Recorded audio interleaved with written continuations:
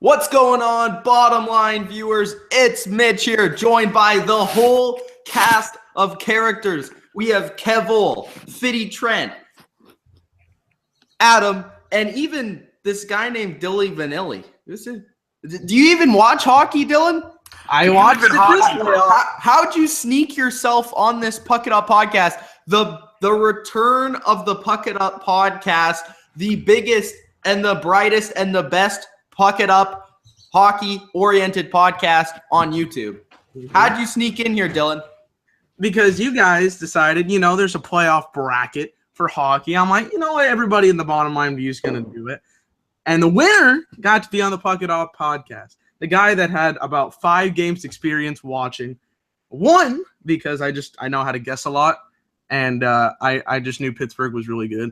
So there you go. I somehow had the most points out of anybody, including all 4 gentlemen in this podcast. So it's luck. Hey, being number 1, that makes sense, yeah.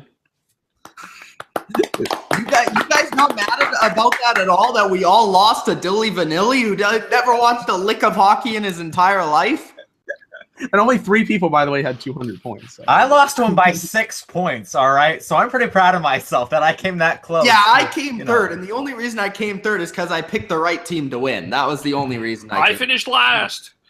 I'm sorry, Kev. I'm sorry. It was a valiant effort, though. I mean, Kev tried. Kev was there. So, yeah, you just got to pick the right – you got to go really good in the first round. How many games is it going to be? Pick a couple of those right. And Trent. Then pick the finals. Trent, do you know who the fan winner was? I do indeed. We actually had a 3-way tie for the fan winner. And the only reason why the fans are not on this is because we just realized yesterday at 5 o'clock at night when the Puck It Up podcast was going to be. And we had no idea, who had even won the bracket challenge. So we had less than 24 hours to contact them. So if you contact us within this week, you'll get to go on the Puck It Up podcast next week. That will be your time. But it was a 3-way tie between Matt S., Ryberger, and Liam McClurrick. And we know a few of those people, so we'll be in contact with those few people that we know. But for those of you that we don't know, contact us. We have our email down in the description if you want to contact us about business inquiries. We need you to be here on the Bottom Line View because we need you to collect your prize of being on the Puck It Up podcast. You deserved it. You joined. You all had 78 points, so congratulations to you. You all picked a lot of strange teams to win that Stanley Cup, but you'll get to I think my favorite was the Leafs versus the Oilers.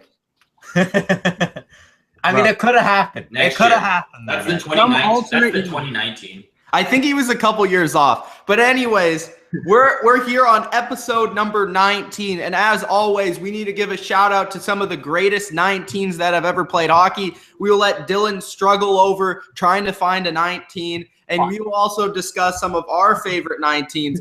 We'll start with Kevol with one of his favorite 19s. Who you got today for episode number 19, Kevol? Well, there was a player that played like Jonathan Toews before Jonathan Toews was even born.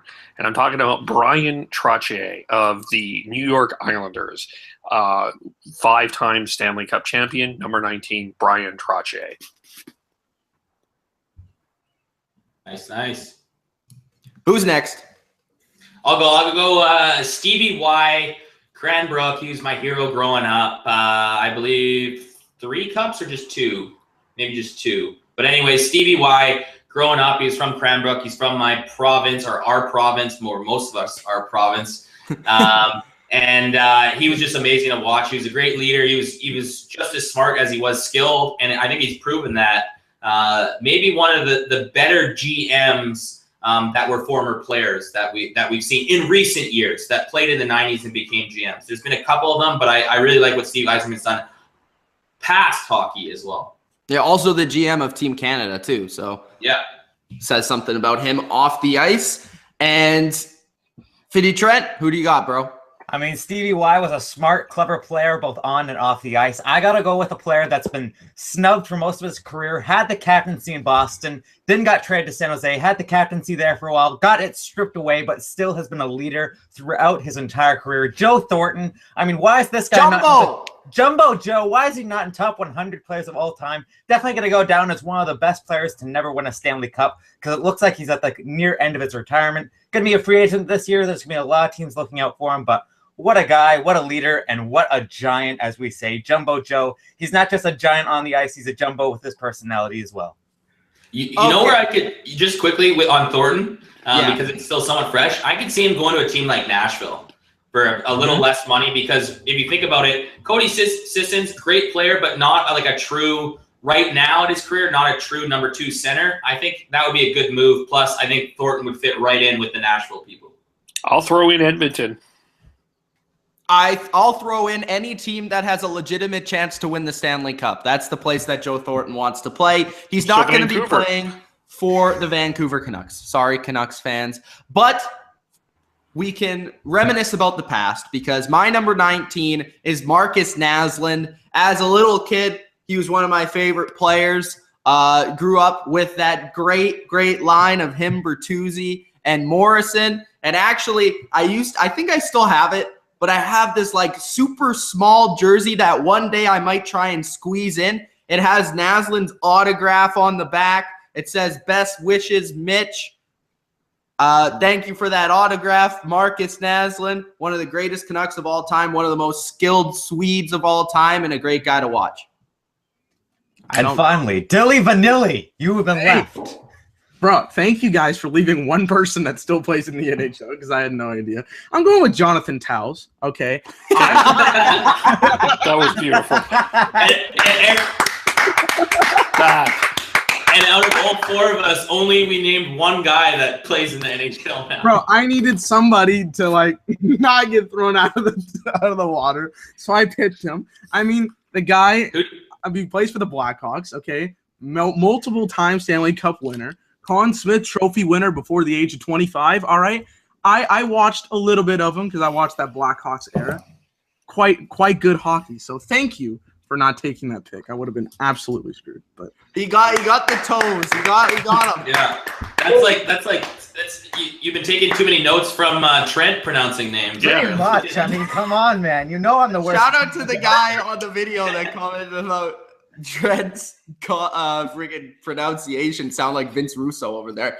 And Dilly Vanilli, classic. Looking up the Wikipedia with the 3-time Stanley Cup champion. Right? I wasn't Wikipedia. What website is this?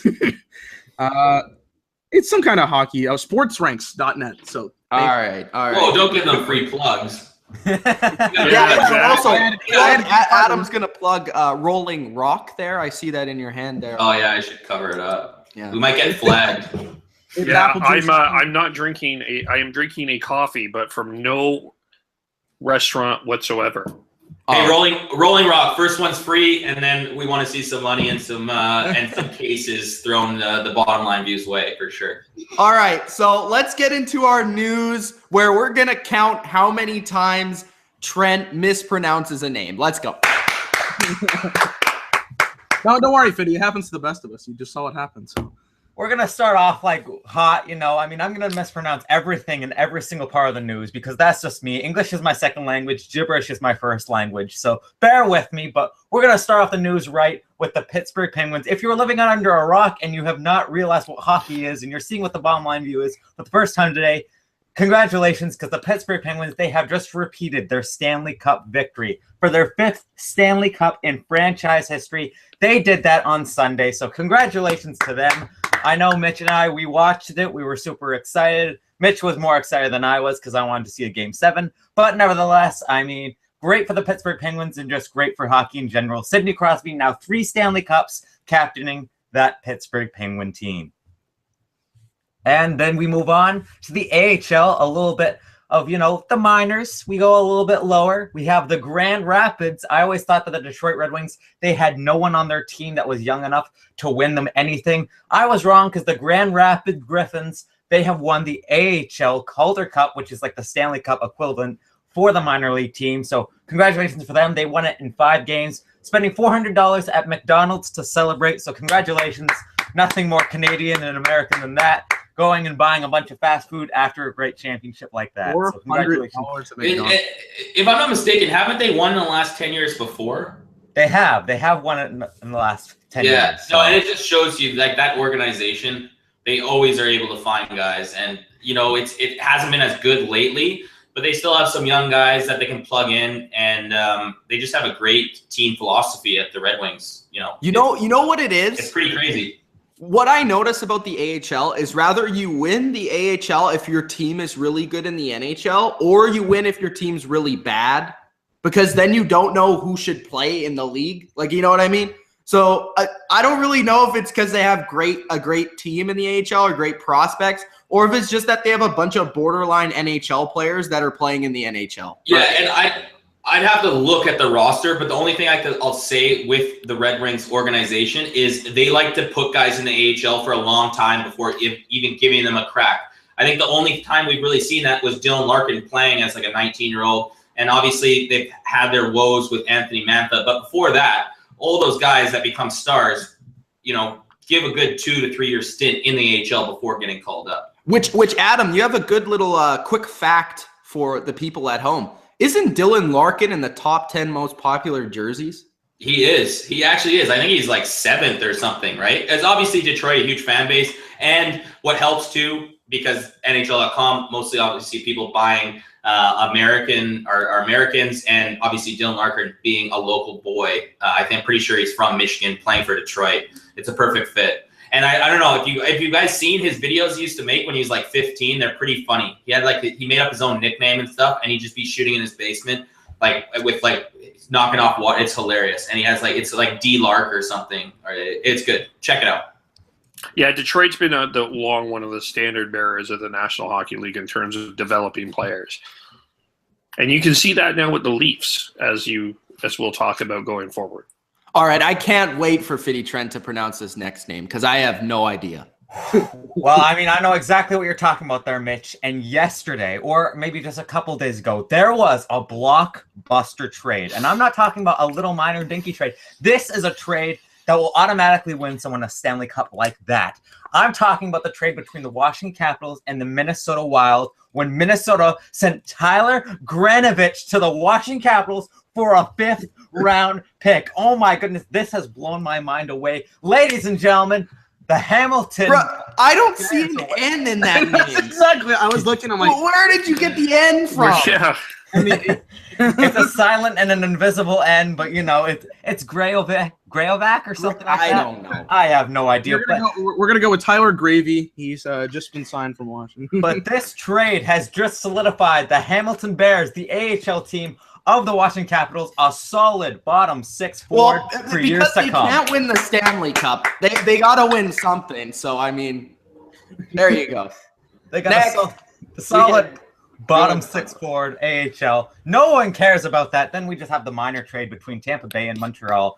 This was like a little trade that happened early yesterday morning. We're talking about making a video about it, but it was unimportant. So let's just skip over it quickly. Johnathan Drouin, he's out of Tampa Bay. I mean, we kind of thought that he solidified his job after this year, played very solid, played very hard, and realized, he is a very good player that when he works hard, it pays off. But he was traded to Montreal with a 5th round pick for Mikail Segachev and a 2nd round pick. And Drouin has already signed a contract extension for 6 years worth $5.5 million for the Montreal Canadiens.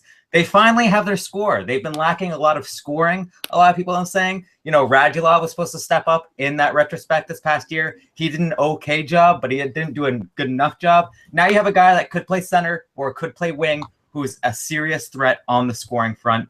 Guys, how did you like this trade for both sides, and who do you think ended up winning it? Before we go on, the pronunciation is Graovac. Graovac? All right, that's fair. That's the second one that I said. So, Kev? I think that this is a win for both teams. I think Segachev is a top 10 pick. I think has potential to be a top tier defenseman. You're going to play him with Hedman. And you get not only that, you get a 2nd round pick in this year, 2018, I believe. So you're building up your draft bases and your prospects. So it's kind of a sell for Tampa Bay, but not necessarily. You're building up your prospect. And Drouin has the ability to be a superstar. The question is, will he be a superstar? That will be the big question. Who do you play him with? Will the pressure of playing in Montreal as a French player be huge for him? That will be interesting. But the guy definitely has a lot of ability. Then teams were knocking on the door for Drouin for sure. Let's use French Canadian. What did I say? Frenchie. They're part of our country, man. Can I ask a very important question? Absolutely. Always. What in the blue hell were the Canucks doing? Why didn't they trade Juolevi for this guy? Trent. Yeah. Well, maybe they didn't want Juolevi for Drouin. We were offered Okay, Drouin let's look earlier. at this. Let's look at this for a sec. Juolevi got picked 5th overall in the 2016 draft, 4 spots ahead of Segachev. He played this season. The last 2 seasons, he had 42 points in the OHL for the London Knights. This season, Segachev had 43 points for the Spitfires in the OHL. Am I missing something here? Segachev just won a Memorial Cup with the Spitfires. He was their main defenseman. He's a lot bigger than Olli Juolevi. Olli Juolevi, he's a medium to smaller defenseman. But you're saying that the Canucks couldn't have added something in there to make it like a appetizing. My problem is that the Canucks, we didn't hear anything about the Canucks trying to get Drouin. Because I think that the Canadiens stole this man. I watched him last year's playoffs. He ripped the Stanley Cup champion Pittsburgh Penguins apart. I watched my Penguins get ripped up by Drouin. Every single game after game after game, Drouin was sniping goals. He was the best player on the freaking team in the playoffs last year. He was great this year for them. And I know he has kind of the off the ice issues and stuff, but I think he's a great fit with Montreal, a team that is a playoff caliber team. I still think they need to address some things defensively, but one of their main parts is that they haven't had a lot of goal scorers and guys that can go out there outside of really Pacioretty. They've kind of had a questionable forward lineup as well. Radulov played really well. Maybe they'll re-sign him, maybe they won't. But they got a young player who, like Kev said, can still develop into being a superstar. I think he could borderline be a very, very good player in this league, and I think they stole him. Yeah, looking at it on paper, you definitely think Montreal won. The only thing I'll say is maybe the Canucks like theirs. Obviously, in the past, they haven't liked their second-round picks, but I think now the understanding with Canucks is we are rebuilding, and maybe it wasn't about Juolevi. It could have been more about Juolevi, but I think too it was little with that second-round pick and Juolevi. You kind of mortgage the future, and I don't know if they were ready to pay Drouin. I think it's a great contract for Drouin, but I just don't think they were ready to pay $33 million, which I think that's maybe been a part of the trade too. That Drouin knew he was going to get paid right away in Montreal. Montreal's a playoff team; they're ready to go. They're going to pay this guy to be their scorer. I think just as a Canucks fan, I could see why they didn't make this move because I don't think the Canucks need a blockbuster trade right now. I know he is young, and anyone would want Jonathan Drouin on the team. I just think they want to see what they have in Juolevi because if they did trade away Juolevi, you pay Drouin this contract and he doesn't pan out, I think, that just hurts them even more, right? And I think the ownership is giving Benning some sort of leeway right now. And I don't think Benning wants to jump the gun on something that could backfire in his face in the next 3 years. Let me say this as a Flames fan. I think that this rebuild, the way that Benning and the Canucks are going about this rebuild is ass backwards.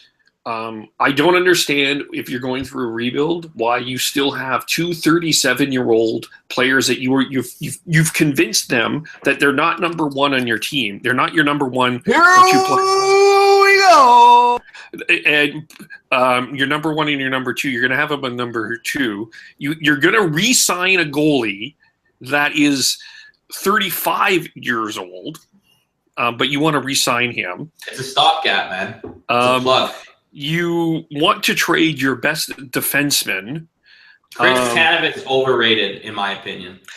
Bro, if you can get a third. I have a problem with this. I like Chris Tanev. I think if you're gonna gut the team, gut the team. That's my point. He's a shutdown player. Like Kev says, I agree with you. You don't see. Okay, you see what I'll give credit to one of the worst teams in pro sports. The New York Jets are basically saying, hey, we're going to lose every game this year. But at least they're just releasing everybody left and right so they get the first overall pick. I mean, the Canucks, the problem with the Canucks for me is that they're always in the middle because their ownership is telling them we need to make the playoffs so we can make more money. And everyone else, including their fans, are saying, no, we need to rebuild. We need young players. We need studs. We can't just have these 10th overall picks that we always miss at. We need the first, second overall pick so that we can hit on these picks more than likely because our drafting has been freaking terrible. So at least when you look at Juolevi as well with this trade, my problem is that I heard Gillis didn't even like him that much. I don't know if these are just rumors. Benning, you mean? Oh, okay, Benning, yeah. Yeah, why did I say Gill? So Benning didn't like him that much. So I don't understand why you wouldn't trade him. And Drouin's already a proven commodity in the league. But I think too many people the Canucks. I think too many people are trading for the future asset that is the unknown when they don't trade for the thing that is already there and you know what you're getting. I don't think Drouin would have done well here in Vancouver, to be completely honest, because we are that caught-in-the-middle kind of team, and we have been for so many seasons. Drouin wants to win right now. When Drouin was being a healthy scratch in Tampa Bay, he was not showing up to team practices. He was saying, screw the team because they're scratching me. If he comes to play in Vancouver where he's the top guy... He's going to be the first liner. But don't you want Bo Horvat to have some help? Yeah, but he'll have no one supporting him. Yeah, Bo Horvat, that will be nice. But besides that, he'll have no one supporting him. Also, the Tampa Bay Lightning, all that they wanted from Vancouver was Bo Horvat. We had an opportunity to get Drouin last year for Bo Horvat for Drouin, just a 1-for-1 trade. But we said no to that because Horvat said, I'd be fine with waiting for this team for it to get better and play through it out. Drouin's not that kind of player. He wants to win right here, right now. That's also why he wanted to want that type of player on your team? Yes. You want a guy that wants to win now? Yeah, but you don't want a guy that... want a player that wants, we're going to suck for 3 years and not make the playoffs. Like, why do you want that type of guy even captaining your team? You want a guy that wants to win right now, but you want a guy that wants to win right now but realizes, oh, wait, the team around me sucks. So that means that I just have to wait around because I have a commitment to this team. Not a guy that's like, this team fucking sucks. I'm not going to play for them. That's what Evander Kane's been doing for years. Look at how he's been doing with the Buffalo Sabres. Look how he did with the Winnipeg Jets. He did nothing for them. When he would have a couple games, he'd be like, look, I'm the best player. I deserve so much better. So you're a Packers fan, right? Absolutely. I know that Bo Horvat isn't Aaron Rodgers, but did Aaron Rodgers say when they had a losing record this year, we suck, so I'm just going to wait for us to be good again? RELAX. Well, I'm always not a fan of comparing NFL to NHL because it's so different. It's so different. It really is. But because there's more. It's a quarterback-driven league in the NFL. But there's more players on a football team than there is a hockey team. No, I understand that for sure. But in a hockey team, I just think the way the Canucks are doing things is 2 years too late. But I think Trent will agree with me. They're at least starting to try something. And I think the last 2 years getting screwed over in a lottery 2 years in a row takes them back another 2 years down the road. You know what I mean? Look at what we could have gotten in the last 2 years. And how many times are we going to blame the lottery? Yeah, the draft history of the Vancouver Canucks. Obviously, as a Penguins fan, you're not going to blame the lottery. You got a little ball after a lockout gave you Sidney Crosby and changed your whole organization, and that was on a lottery. When technically the Canucks could have got Sidney Crosby that year. I don't even remember the last time the Penguins had a first-round pick because they haven't needed them. Because of Crosby. But because of Sidney Crosby. But what Mitch is saying is the draft history of the Vancouver Canucks, even lottery or not, hasn't been great. So why don't we use those picks to acquire assets that we already know are good? That's my thing. Yeah, it's just the way that whatever this is, whatever you want to define this as, this is going to take 7 years, where really this could take 3. If you had the guts to get rid of the Sedins. I know I keep saying it, but I'm sorry, but I don't understand why you keep them. Because you're not a fan, man. You don't know what these two guys did for us, and Kev, off the ice as well. Kev, I've been with you forever. I've been with you since probably about 2013. But honestly, the Canucks don't have the balls to do that, to be quite honest with you. They don't have the balls. Look what happened with the Flames when they traded Iginla. They were and Bouwmeester. They got 3 first-round picks. One turned out to be Sean Monahan. It's too late, anyways. You can't do it now. Who's going to take $14 million in cap? Who's going to take $14 million in cap just like that for 2 guys that are 37? They're worth nothing now. You can't trade them now. No, but you could have traded them probably 3 years ago, 2 years ago. I know, but that would be like 1 year removed after back-to-back President's trophies. You're still not going to get rid of them then. Right? Like, what do you know what I mean? Them last year. No, but no one would have taken them last year at $14 million cap hit for 2 guys.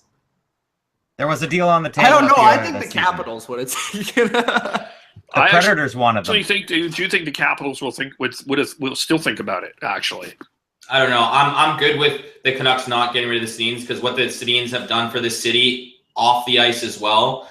They're pioneers, and they've put in their trying to win a Stanley Cup on gone, and they don't even care about that. They like off the ice and still playing in this city and for their fans, and I'm still grateful for that. And I want them to retire. Canucks, you don't see it a lot nowadays. You see people trying to take a pay cut then. Yeah, well, you can't take a pay cut when you already have a signed contract. So what are you supposed to do, right? Renegotiate your contract. You can't renegotiate your contract. I don't think so. Once your contract's signed, you either buy out the player or deal with it. Yeah, their hands are and you can buy out 2 players a year. It's like they're not going to buy out the Sedins. And once you buy out a player, you can't re-sign them. Yeah. See, I would buy out the Sedins. Actually, I would do it. I really would, because then you got your $14 million. You're still paying them not to play for you, though. I also would buy out Louis Eriksson, actually, too, because that was a horrendous signing. I'd trade him. I'd see if anyone would trade him. No one's going to want Louis Eriksson. I could see Carolina wanting him. He scored a really nice goal on his own net. I don't know why. That's why Carolina wants him. Either Carolina or Italy. One of those 2 teams would want him. But you could pick up some pretty solid free agents with that type of money this year. But what free agents? I thought we were in a rebuild. Why are we picking up free agents? I don't know, but I don't know what Vancouver's redoing. But whatever they're doing, I don't think it's going to work. I think they're making this painstaking long when, quite frankly, they don't have to. The Canucks are screwed. They got to play Connor McDavid for 20. They are screwed, but true fans, we're not going to sit here. We're going to be, you got to trust the process. Look at Philadelphia 76ers. Let's compare basketball. You got to trust the process. Now they get all these good players, and they're on the come up. It's going to take a couple of years, but true fans are still going to show up for the game. They're going to show up to the games cheaper. Still watch NBA is impossible to compare because the Golden State Warriors are going to win the next 8 titles, so it doesn't even matter. That team ain't going to stay for more than 4 years. I'm just kidding. Probably 3 more, but whatever. Yeah, and then when LeBron joins them, holy cow! I just don't see. I don't get. Trent probably agrees with me. I just don't get all the hate to say get rid of the Sedins because the Sedins haven't been the problem. It's not hate. It's just the right move. It's your most valuable 2 players that I think you can get the most for. If you're going to rebuild the team, I feel like you're punishing you. Adam keeps talking about how the C's have been a tremendous part of the community, and I would completely agree with you. But the most insulting thing that you could do is put them through this process where you're not going to win. You have no intention of winning. Give them the opportunity to win that cup. And then come back and they'll retire as Canucks. They don't care about that anymore. And you don't think having the Sedins in the locker room is the best thing you can do for young talent? I'm not sure that is or that isn't. I don't know. I just think they're good. People I know with Iginla it wasn't. I know with Iginla it wasn't. But Iginla is not the Sedins. I mean, I've heard Iginla probably has more of a winning pedigree in hockey than the Sedins do. I don't think so. I'd agree with the AC on that one. Sedins have more awards and just as many and they have a finals, and they have more awards. So I don't know. I would still say the Sedins, when all is said and done, again, a great player because of also what he's done on the national stage. That's what I mean. Yeah. I know, but like when we're just looking at the NHL, the Sedins have had a better career than Jerome McGinley. And I think, if you think about it, I think Trent will agree with me again on this, but Iginla's career has kind of somewhat been tarnished because he's been moving around for four teams in the last 3 years. I think it's been kind of tarnished because of that fact. You don't want to be that guy moving around just to win a cup and then not. I don't know. His career, to me, has been tarnished because of the last 5 years. There's definitely a unknown curse about his name because he's gone to all these promising teams and just failed them every single time. And the only reason why he's won national championships is because when he played on the national ice, you have Crosby at your center setting you up for passes on empty nets every single time. And the Sedins didn't need Crosby. They had themselves to work with. Yeah. And Lemieux in Salt Lake, right? Yeah. Yzerman, Sakic, Can we just talk about how great the Penguins are? They're great. Of course. That's been Mitch on Mitch's mind for the last 3 weeks. Go on, buddy. All right, let's move on. Unless Kev has a rebuttal, because I sense that he was pissed off by that comment. I understand what you're saying. I do. It's like Mitch's third comment. Hey, do you guys remember when the Pittsburgh Penguins won a Stanley? I wish I was 6 years old again, because then I could cheer for the Patriots. If I was 6 right now, I'd be cheering for the Patriots. I'd be cheering for the Penguins. Who else? Who else we got? Oh, I was a huge Cubs fan now. Oh yeah, championships. Maybe I will be a Cubs fan. I've won one. All right, this is the one that matters to me. All right? At least as long as you have one there, Dilly. AC and I are still waiting for our first. We're not chasing them, you know. We're not going to whatever fits us. We're going for it. We had some pretty below average scrubs on that team. I love that team, but Dirk was the only star. You know, I don't remember this Patriots rebuilding shit. You know, I will say something about the Patriots. They get rid of players before they're past their prime. Yes. Okay. Yeah. Let's continue on. But Let's get with the. But I'm just saying, NFL, you're allowed to cut players and you don't have to pay them. It's just a signing bonus. Like the NHL, the way the contracts are done, it's very tough just to trade players or just to buy them out because you're still paying them. They're still going, for the most part, going against your cap. We've seen that with Datsuk. If they retire, like the NHL, the way they do their contracts is very tough to just get rid of players and or trade them or whatnot. I do think they need to get rid of the no trade clause. I agree. They definitely need to get rid of that, but. And to be fair for the Canucks, that was from a different regime.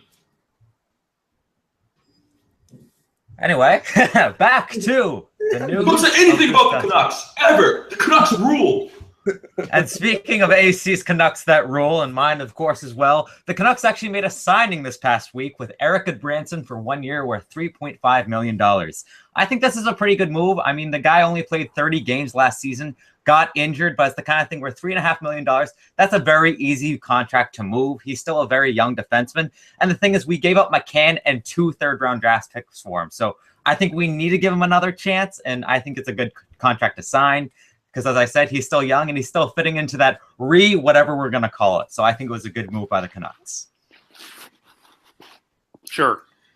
Yeah, I think it's a good move. I think maybe the price is a little high, but I don't think the Canucks' problem is not salary cap right now. So I think it's like, you know, they probably could have got him for cheaper long term, or maybe he wanted to prove himself this season. You know, you might, if he has a bad season, you either get rid of him or just pay him cheaper. I think what he's saying is he's saying, okay, if I can play really well with this crappy Canucks team, yeah, I'm gonna get paid. I sign this 1 year contract. I'm gonna get paid for an actually good team, and then I'm gonna go there.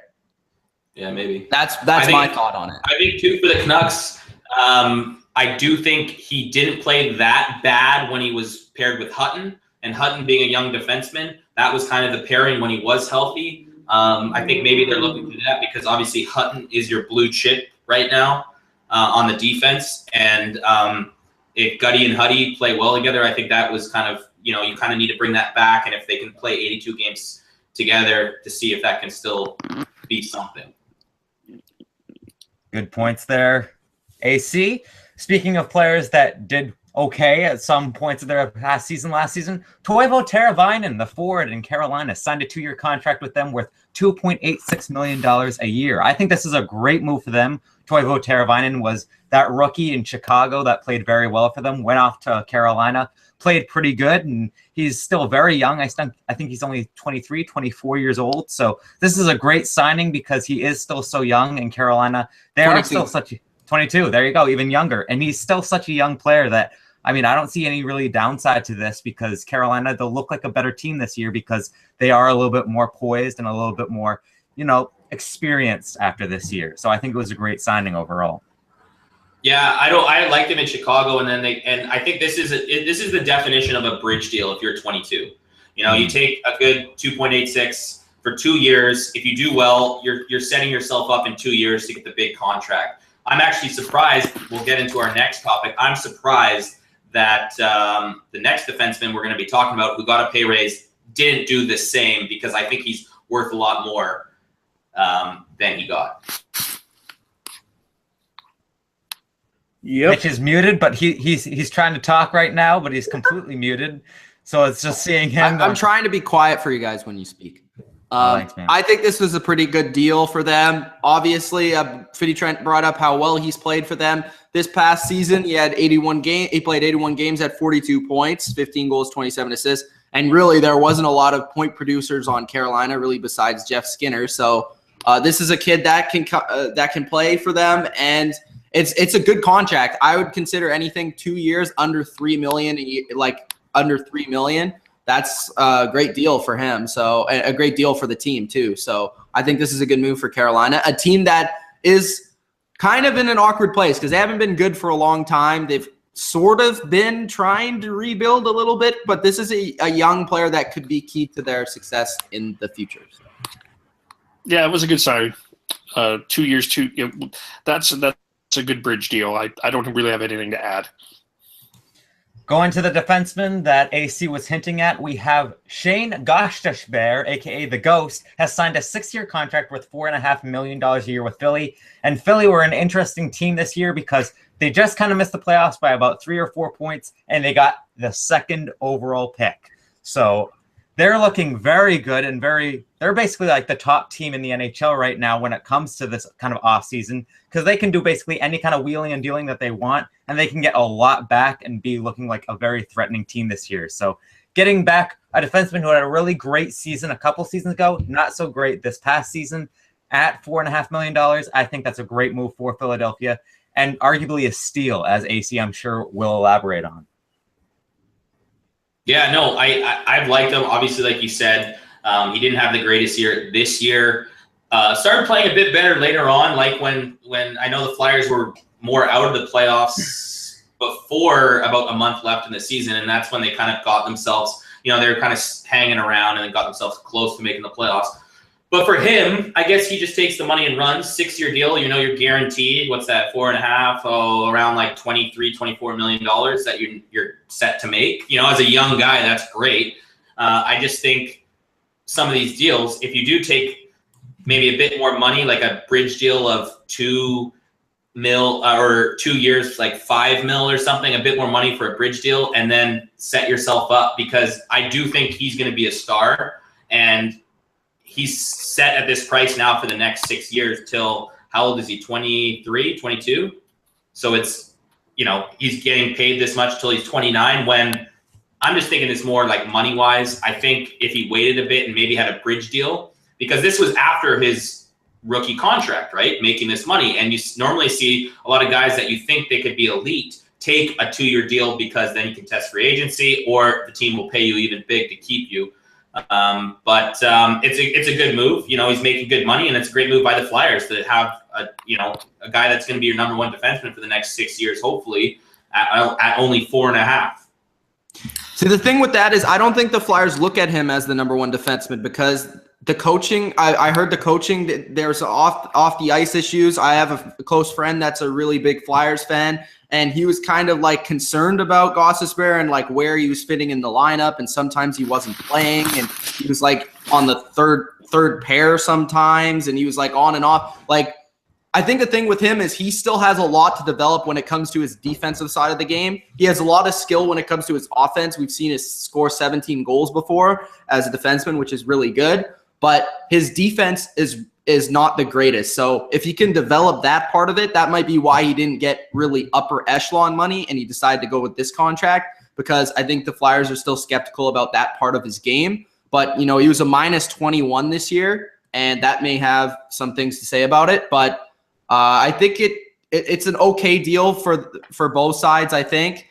I think if you're Gostisbehere and you're a player that has kind of been known not to be the most hardworking off the ice, I think you kind of want to secure yourself with that. But I don't know. I'm a little bit more skeptical than you are, AC, on this player being a star. I think this is a terrible deal for Philly. I wouldn't put this guy more than 4 at this point.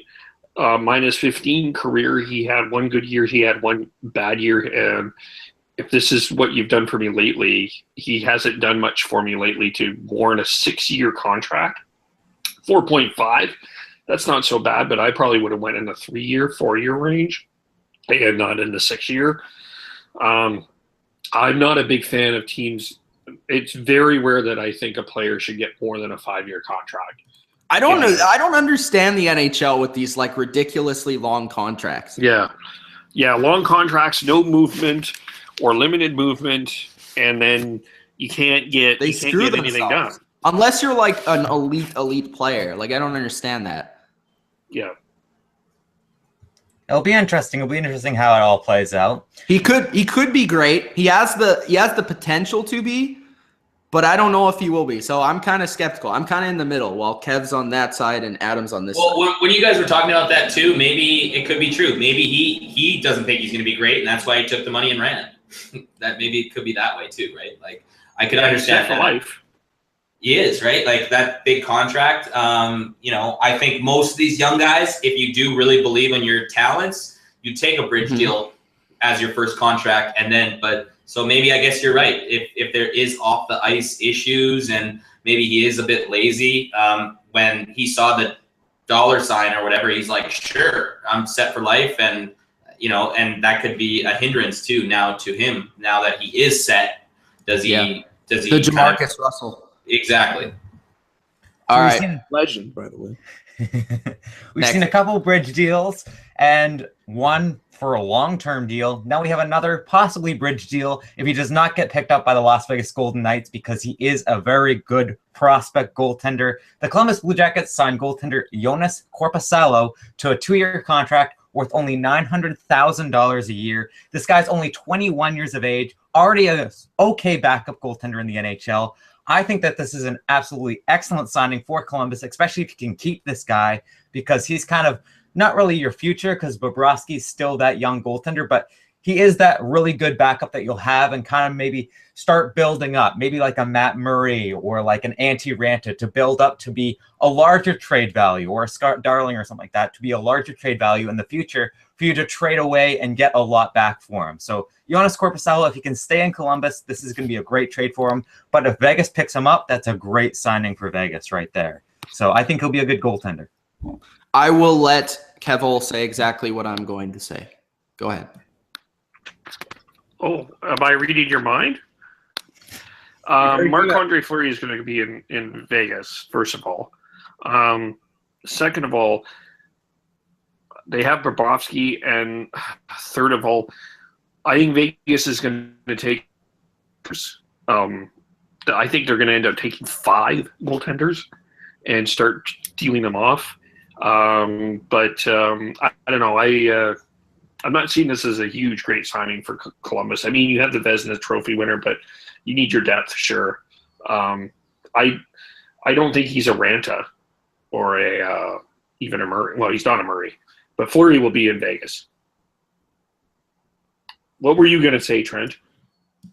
I mean, I was just waiting and listening there. Kev. That's all I was doing. The Mitch, one Mitch. point that I'm surprised that Kev didn't bring up on the positive note is that if this guy is as good as Fitty Trent says, don't you want 2 goalies nowadays in the NHL? I hear Kev will say this all the time. Right.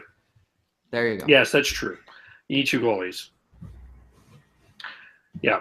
You do need 2 goalies to win in the National Hockey League. And this year has proven it.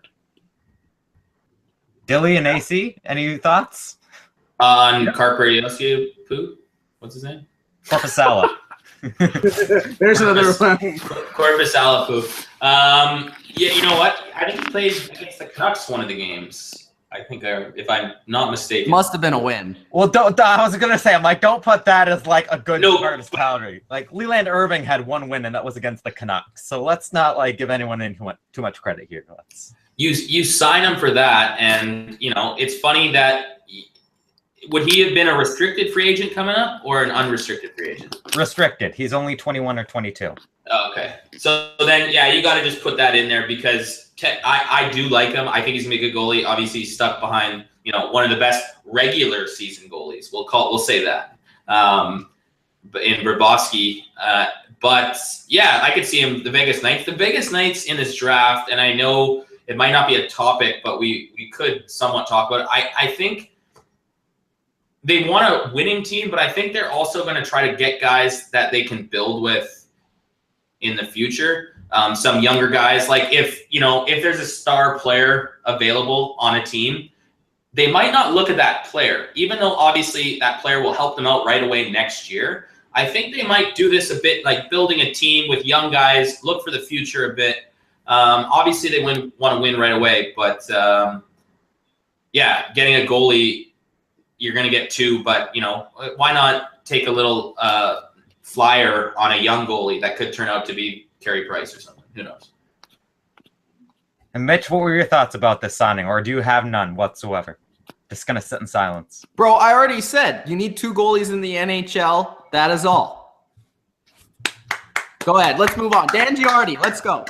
Dan Girardi, been bought out by the New York Rangers. This is a longtime New York Ranger defenseman, arguably one of their best defensive defensemen a lot of years ago. But these past few years, he's looked really slow. He's looked really sluggish and just not himself lately. So he's been bought out. His $4.5 or $5 million contract. I could have seen him being traded this year, but clearly no one wanted him. So they just bought him out, and now he's going to become a free agent. I think this is probably a best move for the New York Rangers because they wanted to get a little bit younger. They want to get a little bit more faster because speed was a little bit of an issue for them this past playoffs, especially on their defensive core. Yes, they have Brady Shea and good players like that and Ryan McDonough, but you need to get a bit of a faster defensive core. So I think Dan Girardi being bought out was the right move for the Rangers personally. 100% agreed. That's been one of the biggest weaknesses for the Rangers. Watching a lot of their games, their defense has been really slow.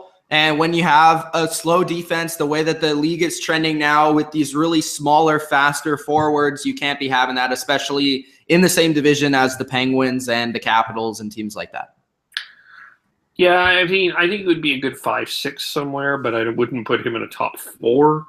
I could see Toronto interested in him, though.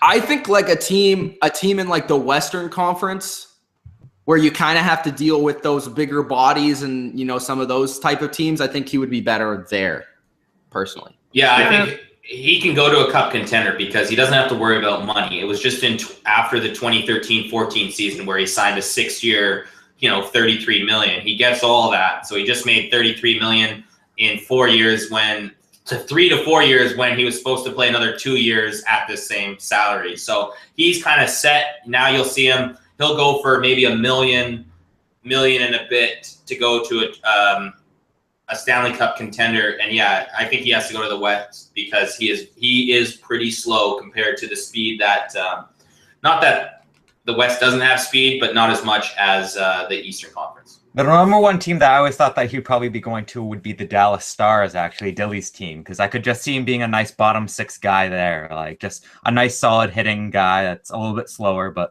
still good. Dilly, what do you think about Dan Girardi coming to Dallas? Woo! We need Dallas to produce, man. What was it? 2 years ago they were first seed in the Western Conference, and then they blew it pretty quickly. Second round, I think they got out of. So Jamie Benn, is it? I don't want to pronounce this wrong. Is it Sagan? Yeah, there you go. There you go. All right, there you go. Those two combo, I got into the Stars for a little bit. So if anything that can help the team, we were ranked 8th, and I think in this predictions to win the next playoff or the Stanley Cup. So I don't know how that's possible, but Yeah, odds. Yeah, the odds wise. so woo. That's all I'll say. Okay, let's get to these coaching hires.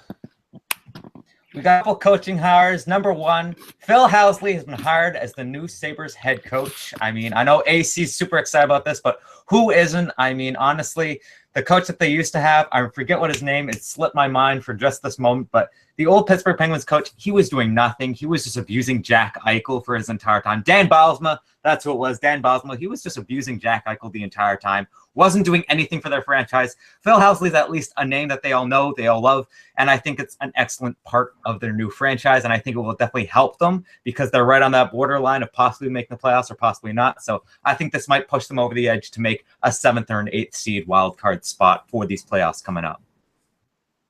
Yeah, and if you look at Phil Housley, it's interesting because I think he's like the 18th or maybe 25th head coach, whatever, but it's the 7th head coach that it's a former player of Buffalo. And when you get Phil Housley, he's kind of been with Nashville Predators. His coaching career actually started being a coach of a high school program in Minnesota. So he has that hockey background. Obviously, he's American. He played for Buffalo for like 8 years, had some good years with the Jets, and then kind of bounced around. I think he played for Calgary. But I think it's good that you get a defense, an NHL former defenseman, because they have some good talent, some good young talent, especially on the back end there, that maybe could use a guy that's been in that position before. Obviously, I think it was crazy that they even fired Dan Bylsma, but what can you do if Eichel or whatever was the banter between them? I really thought Dan deserved more of a chance, but getting Housley, I think giving him the shot, been an assistant coach the last 4 years with Nashville. We've seen how their defense has turned up since him getting there in 2013. Does the coach get credit or does Housley get credit for that? Yeah, that's the only point I got to bring up. I think they saw what he did with the Nashville defense. The biggest reason why they made the Cup final this year is because of their defense. He was a big reason for that. He is the coach, whether it had to do with strategy or development. Obviously, he was there for that. So you're taking a chance on a guy that's well known in the association, and you probably already know him as a person, so you can deal with that side of it. So, yeah, I think it was a pretty good move. I don't know what the Buffalo Sabres are doing. Could someone explain to me what they're doing? They're being the Buffalo Sabres. That's what they're. Yeah, that must be it. I mean, I don't understand why they fired Bylsma. I think Bylsma is a good coach. I know him and Eichel didn't get along. Eichel literally said it's either me or Bylsma. You choose. I choose Eichel every time. That's just me, though. Is it a thing with Buffalo sports organizations? You know, you got these, you got the Bills who don't know what they're doing. I don't know.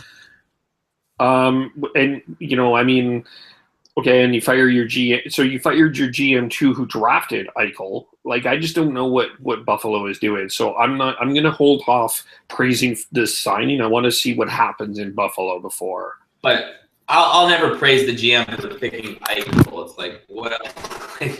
You can't not. It's like I could have been. Oh, okay, yeah. I'll take Eichel. Some people would have. There was a couple of people arguing that they would have picked Eichel before McDavid. There were a few people arguing that, but then Edmonton got the pick. Okay. But like when you look at the Buffalo's team, though, they have some good young players.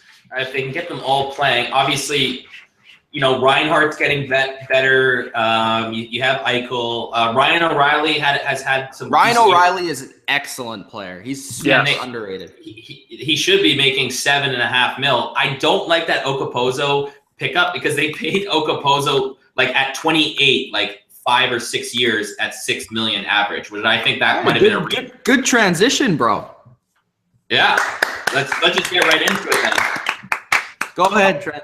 Kyle Okposo, as AC was hinting at, you know, maybe not the best signing, is expected to be ready in training camp after missing the last 6 games of the regular season due to an undisclosed illness. He was out in hospital. He had a coma. He was not doing very well. He was in ICU for most of this last offseason. Everyone was curious if he would ever get to play hockey again. But yes, he was released from hospital. And yes, he will be coming back to the Buffalo Sabres and the training camp. He is a top 6 forward for them. Has he been great? No, not outstanding. Maybe it's because he's been sick because of his illness. But nevertheless, he's not been outstanding. And nevertheless, he has not been on the best contract.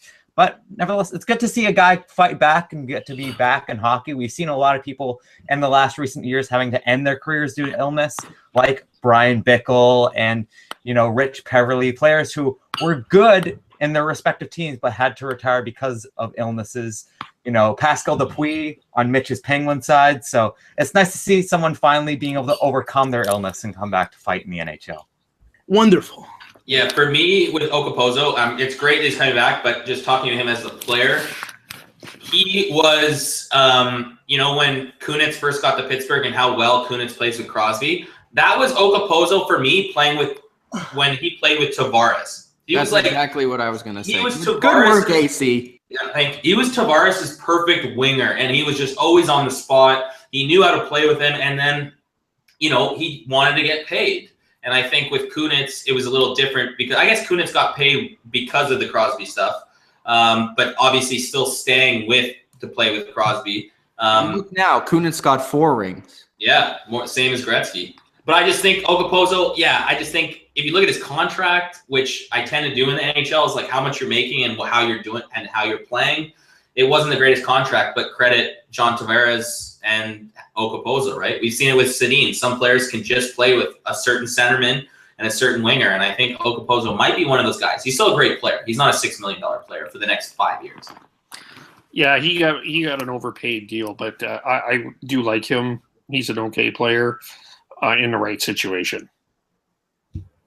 Good points there, Kev. And finally, Erik Karlsson. I always thought that he was looking a little bit off during this postseason. Erik Karlsson might miss the start of next season, definitely all of preseason, due to needing surgery on his foot. He needs some reconstructive surgery or something like that. That's pretty big because Karlsson, he's a very fast-moving defenseman, and you need your kind of speed and you need your feet for that. And we always saw Karlsson when he'd come off of some shifts, he'd be stretching out the foot. He'd have to walk down. Would be Ben Roethlisbergering it, let's be honest. Yeah, that's true. So it's the kind of thing where Karlsson, you saw that he was a little bit hurt. Now he might miss some of the beginning of the season. That would be a big loss for the Ottawa Senators because he is their captain and he is their leader both on and off the ice. Kev just loves the Ben Roethlisberger comparison. Anytime you can compare a player to Ben Roethlisberger, that just warms my heart. Oh, man. Oh, as I reached towards my heart, my pinky got injured, so I have to just hold my pinky while we're doing the rest of this presentation. Geez. Someone give Kev some ice. Yeah. You're gonna soldier on though. You're gonna just. I'm gonna soldier on because yeah. I think Ottawa can survive the start of the season without Erik Karlsson. It's an 84-game season, so I think if he misses at the start, it's not that huge of a deal. If it was more than half of the season, I would be worried. But if it's even at the start, just the way that the playoff format is, you don't necessarily need Erik Karlsson. Could be like a mid-season deadline acquisition, quite frankly. Yeah, like Kev said, you never know with this stupid playoff format. You could end up in 7th place, and it'll probably be better than in whatever, first. So I don't know. It's a lame format, but it's depending on how long it's going to be. I don't think it's going to be too long. Knowing Karlsson and apparently what people say about him is that he works really hard and it shows up in his play. So I don't think he'll be out too long. And he played through it for a majority of the time. If he wasn't able to really play through it and it was super serious, he probably wouldn't have played. But I think that Karlsson will be back, pretty quickly. And I think the Senators are a decent enough team where they can survive that. And they do have a couple of decent defensemen. I'm not sure what their free agency status is looking like with those defensemen, but One of their key cores was their defense that we talked a lot about, and their style of play, which helps that defense. So I think without Karlsson, they'll be okay for a little bit. But of course, you need your best player back as soon as possible. Yeah, I don't think it's going to hurt them in the long run. We've seen a lot of guys miss maybe a month at the beginning of the season and come back, and then you still have 65 to 70 games left when you come back.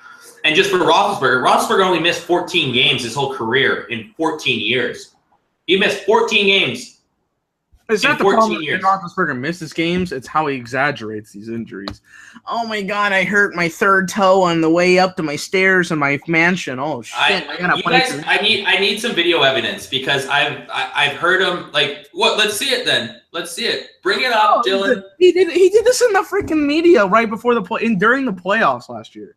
You say he's missed 14 games, but he's only played 3 seasons where he's played 16. Yeah, I know. He's only had 3 full seasons. He gets banged up. I'm just saying, but in 14 years, missing 14 like Dylan said, the problem with Roethlisberger is not that he's missing games. It's that when he's playing, he's complaining about his injuries. Like, it's just irritating. And then he blames why they lose and why he plays bad because of his injuries. Come on, bro. I'm just saying, it seems like most of if the Penguins lost, there would have been excuses too. Everyone makes excuses, man, and you're gonna find ways to take it off you and or put it on you and not on why you guys lost. It's natural. Like, how many teams have, even LeBron did it. Like, no one who wins ever is just like, that team beat me. Good people do. I think you should do that more. You should give more credit to the team that beat you, but a lot of time it's excuse making from fan bases, from players. You shouldn't even get into LeBron and how ridiculous his comments have been in the last couple of days. No, but I'm just saying. But it's just like I've never been a part of a a super team, guys. But this is a super team. It's human nature. Bullshit. I thought we were a super team. We're not a super team. Us starting 5 are a super team here. Okay, but yeah, LeBron saying he's never been part of a super team. Get the fuck out of here.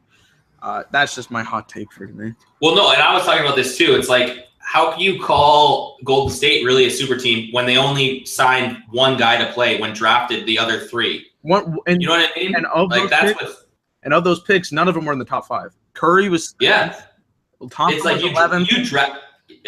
You drafted that to get to where you're going. You know what I mean? Like when Boston did it.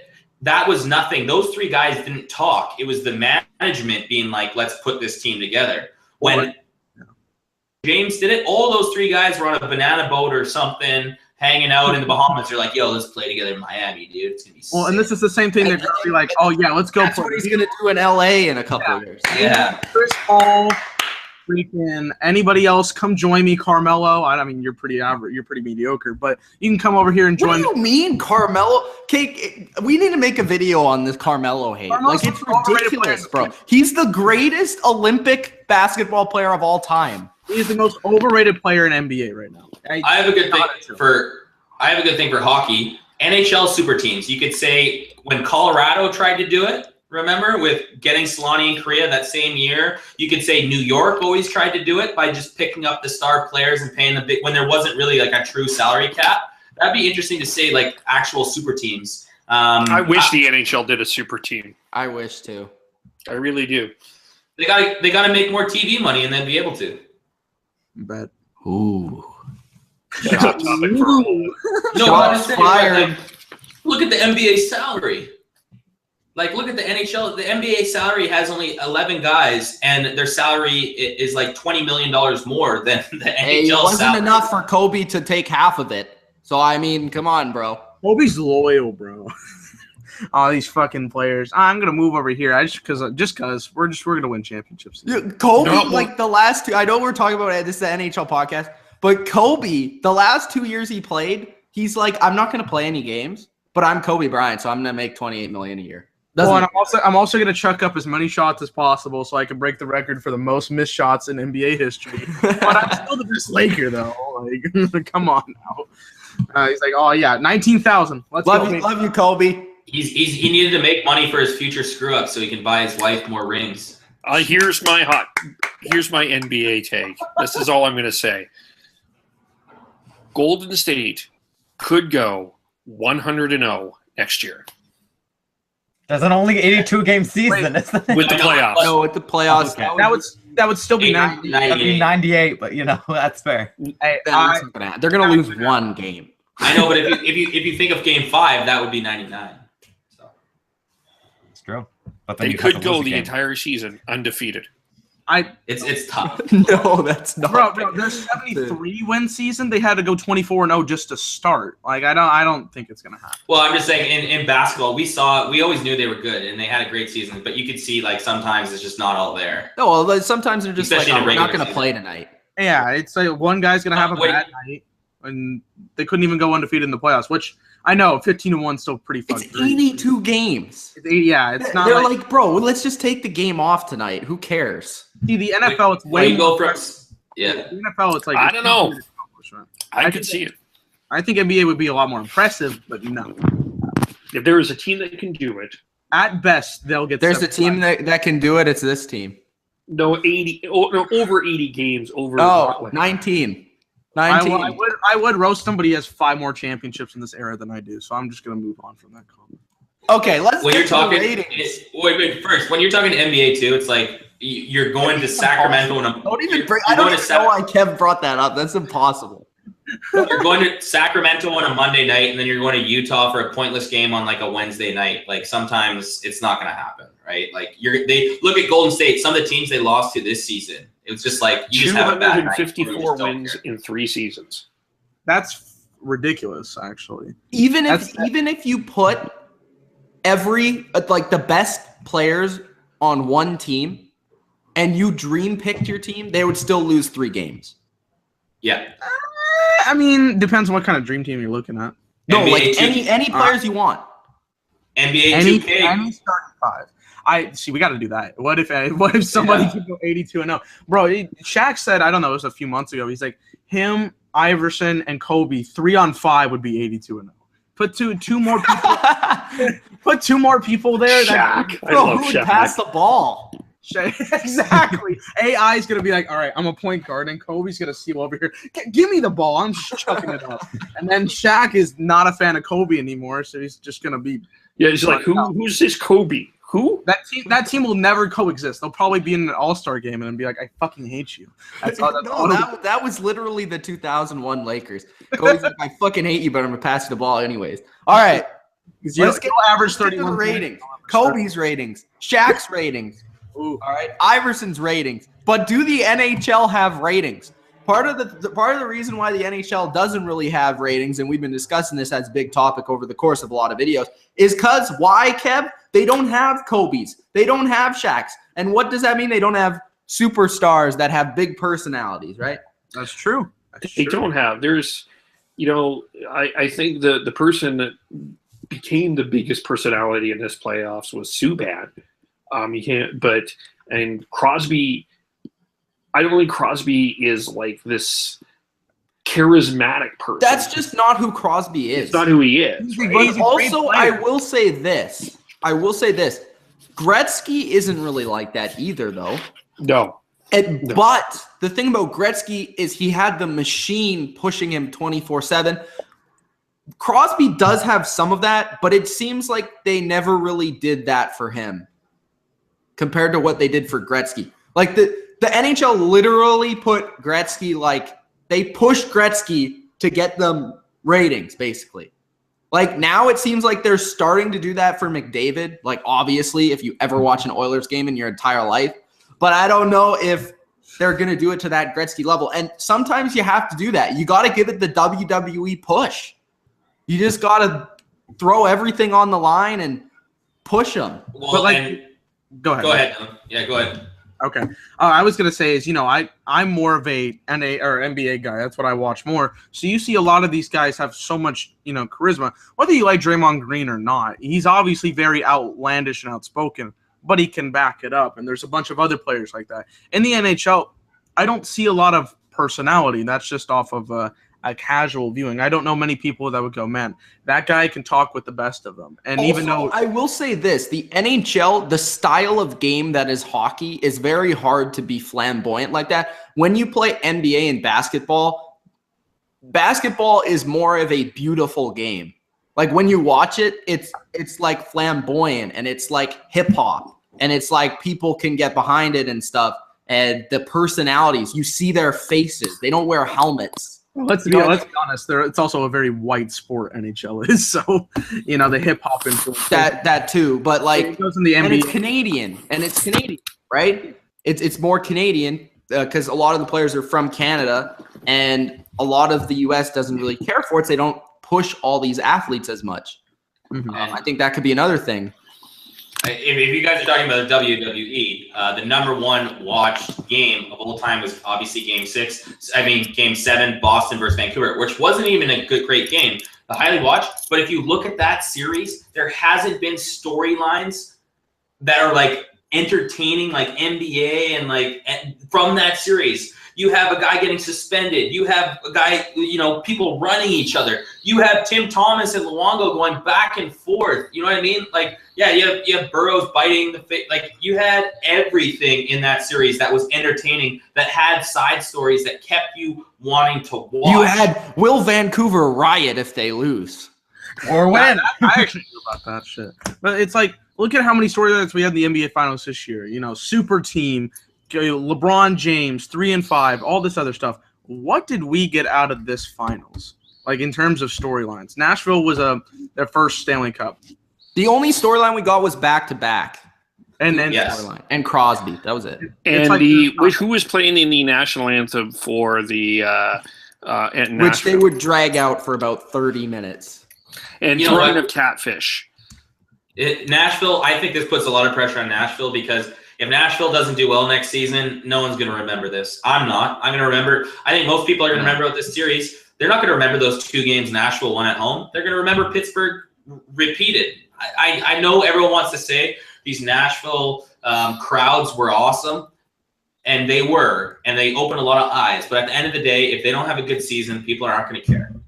Well, it's almost like.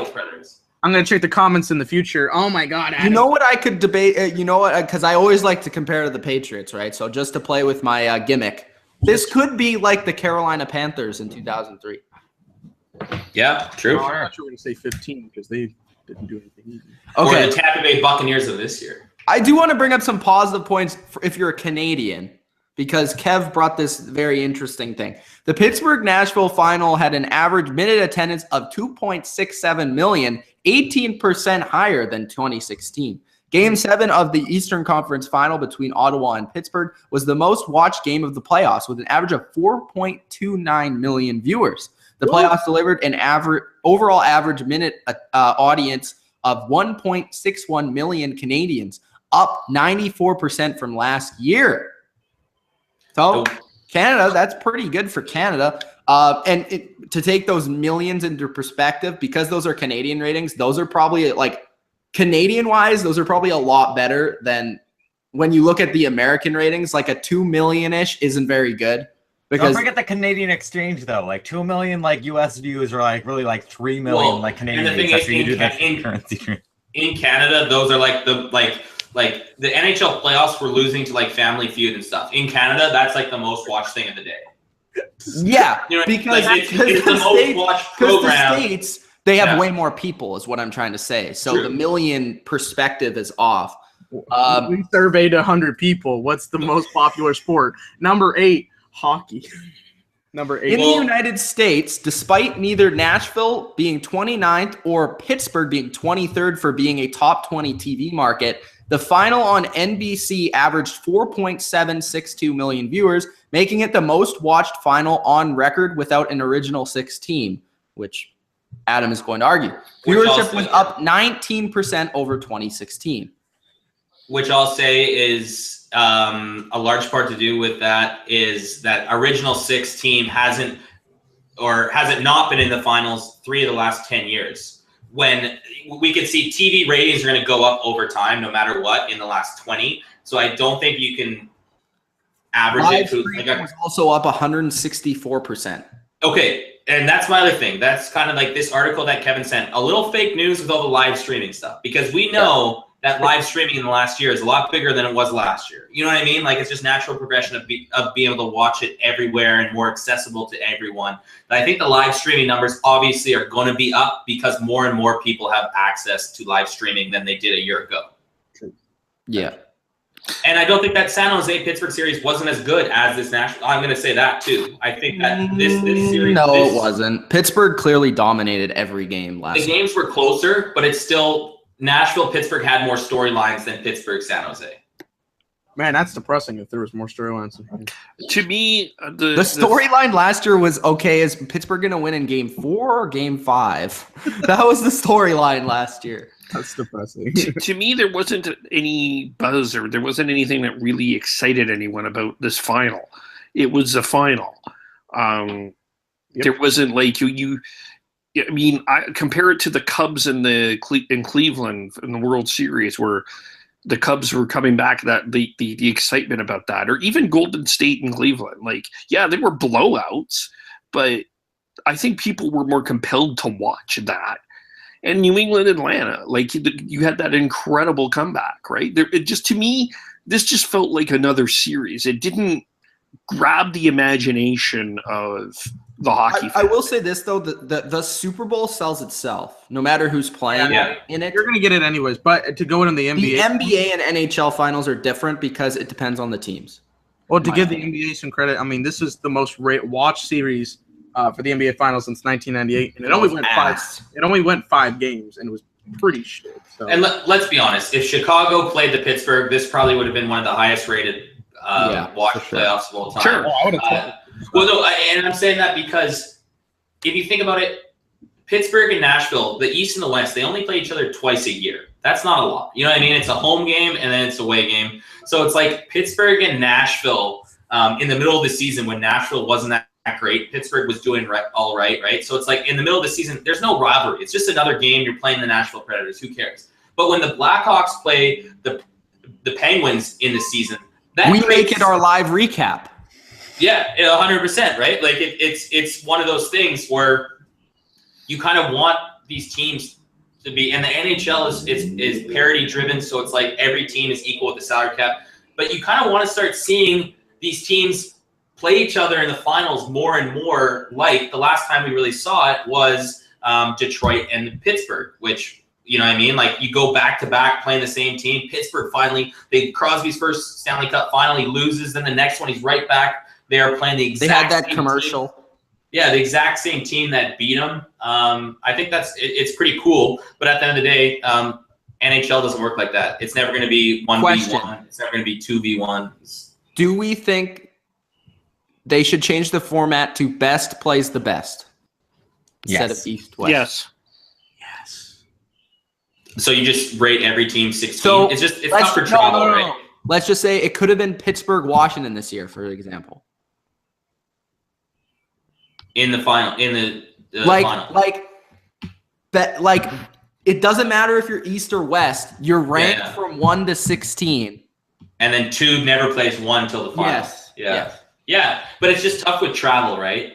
It's like the NHL works like that. Like if the Canucks had to play the Rangers in the first round of the series, it's like, and you want to, and for TV you need every second night. It's pretty tough on the players. Well, I mean, they did it the Stanley Cup Finals like every 3 days, so. No, but during like the first few rounds. So every 2. I understand. I was just throwing it out there. So speaking about the Stanley Cup Final, who are early favorites to win the Cup? Let's go through everybody, including Dylan, because he's the best at predicting things. Oh, thank you. I guess I'll start. I mean, of course, Pittsburgh. I mean, they've clearly dominated the field.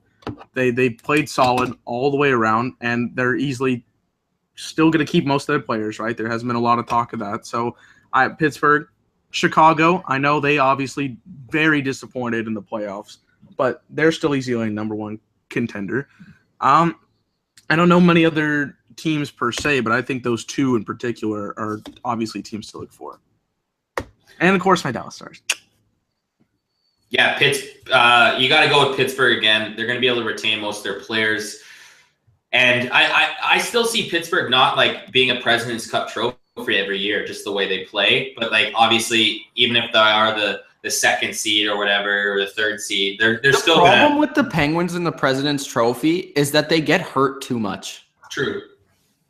Which is gonna, now we're talking three-peat, which is even crazier in the NHL. Oh, yeah. It would be one of the greatest NHL since the Islanders did it. But is it not crazy to say that the Penguins could be better next year? Yeah. On paper? I don't know. I think Kessel only has a couple more years left of good hockey, in my opinion. Okay. And then he's your guy. But you're not going to be able to keep Bonino, I don't think.